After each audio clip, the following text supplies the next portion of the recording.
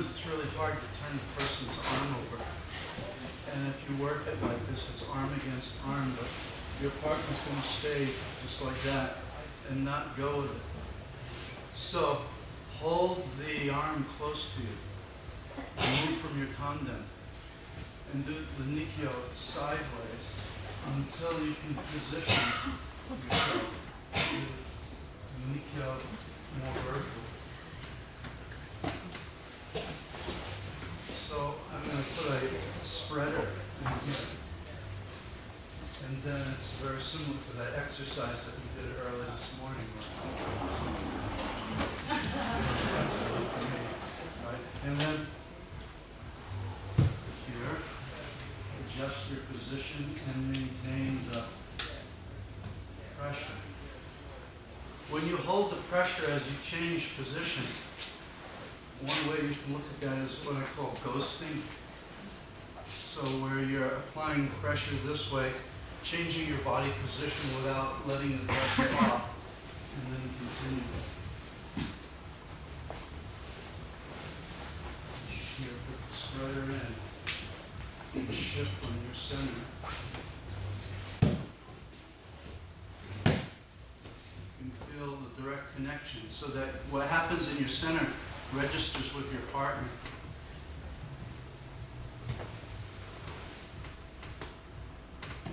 Okay, let's try that. Look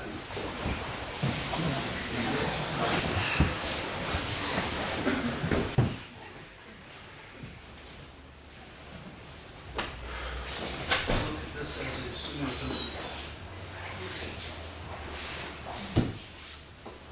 And the idea here is to find the position. So if I push this way, he's really strong. And if I pull this way, he's also organized to resist me. But if he's like that, and I can manage to attack him from this way or that way, he's weak in that direction. So he's committed this way. I'm stopping his leg so that he can't just readjust his posture, post out, and then stay really strong. So I hold him in place as I get him to lean out a little bit. And that's really what any sumio toshi is. If he stands up, it's sumio toshi. Right? So a smaller way of doing that, you can still use the same idea. Coming around this way. That same approach from here, but this time move in, take the balance and roll up to his hips like this. So you're just putting the flat part of your shin across his lower abdominal region or the hip like this.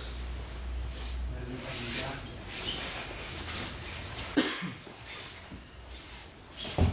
The trick is to stick with him as he falls so there's no gap. Here, here, here, here, here, here, here, here, here, here. The point of contact was here at first, but now it's shifted.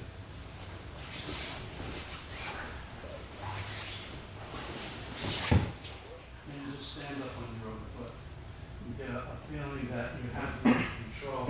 You're watching the space around you, and you feel as if you can move and make transitions. Okay, so let's just try that now.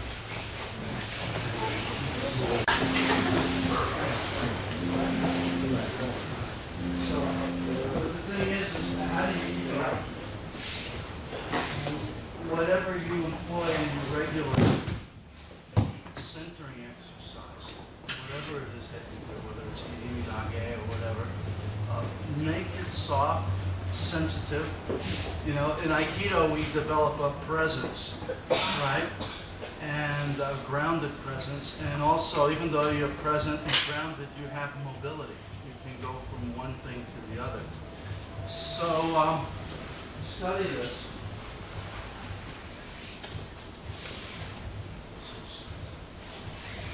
What's the position?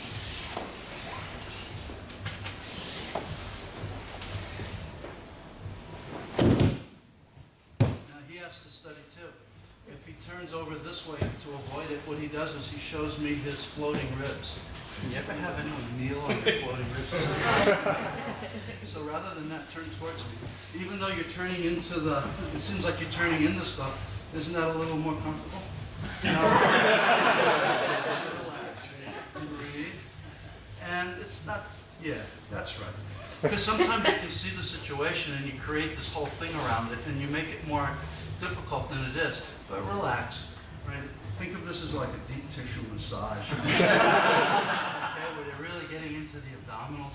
Okay, so try it.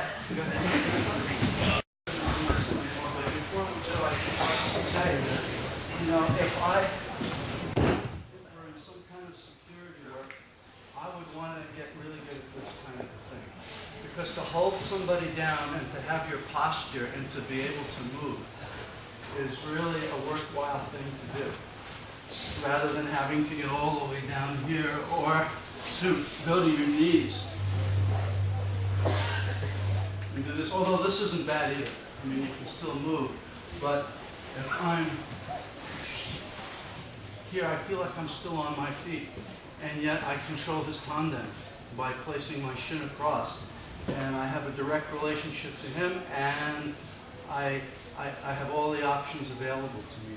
I'm not compromising my posture. Okay, so now let's continue with katadori from here. And let's do tai no henko.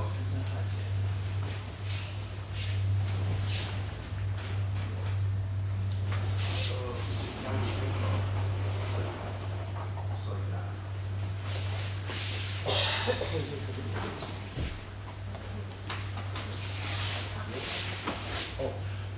I'm going to start here now with the tai no henko. He's grabbing me here. He passed through the place where he would ordinarily grab my wrist. And come back here. You have less space. So the skill is to still be expansive, even though you have less space to work with.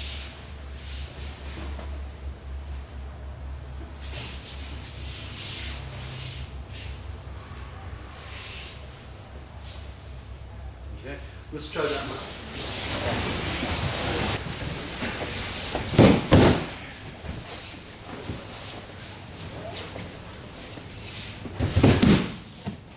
So your partner approaches, create this opening, and then trace your footwork back and towards them.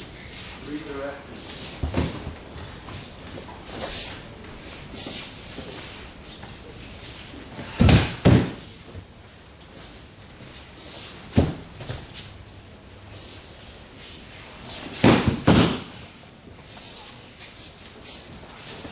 I move into him, and at some point I feel resistance, and then at that point I edge him off the line a little bit. So I come in, I feel the resistance, I edge him off the line.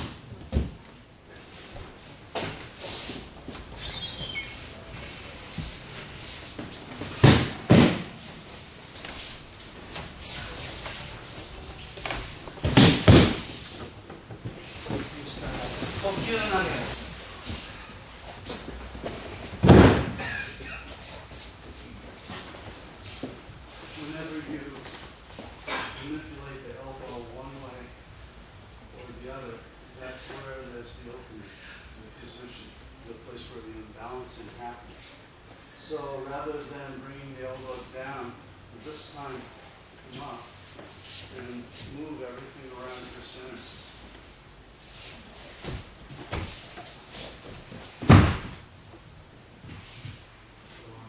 If I close the space here, it's easier actually to lift the arm than trying to lift it here. Right? If you close the space and give him a little direction, there's no place for the arm has to go somewhere. If it's tight enough, it feels better for him for the arm to go out or the arm to go up, rather than just hunkering down, staying here. So if you get this close, you can take one finger and lift the elbow. Shouldn't take more than that. Rather than getting into lines to practice, we're going to do the Kaicho movement using Kapagakame. But understand you can do the Kaicho flow. So this is the essence of Soto Mawari.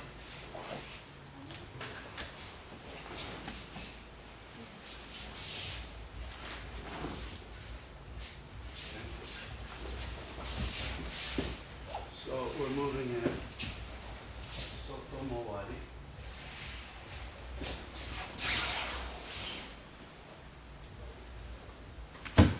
Kapagakame. When there's a grip like this, there's all this room, and it feels very comfortable to do that. But with Kapagori, you don't have that room. You're really closer. So you take advantage of the closeness. You can't quite step back yet. You just glue your partner to your center line and lower from the legs. Okay, let's try that.